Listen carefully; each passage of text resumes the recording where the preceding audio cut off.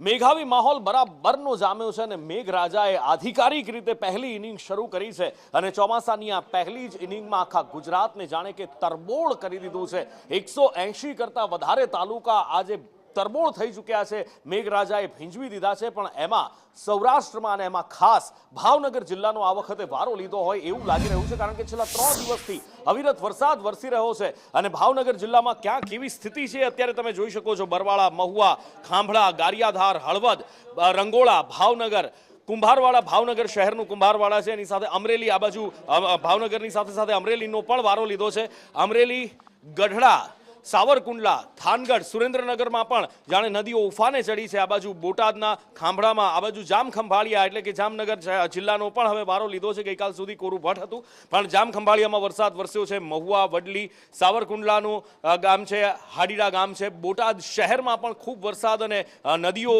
પૂર ઉફાન ઉપર છે। ડેમ પણ કેટલાક છલકાઈ ગયા એવો વરસાદ છે। ઉમરાળા, રાણપુર, પેટલાદ બધે જ વરસાદ છે, એટલે કે આખા ગુજરાતને મેઘરાજાએ આગોશમાં લઈ લીધું છે અને આખા ગુજરાતમાં ભરી ભરીને હેત વરસાવી રહ્યા છે, પણ એ હેત ક્યાંક નુકસાનકારક પણ સાબિત થઈ રહ્યું છે।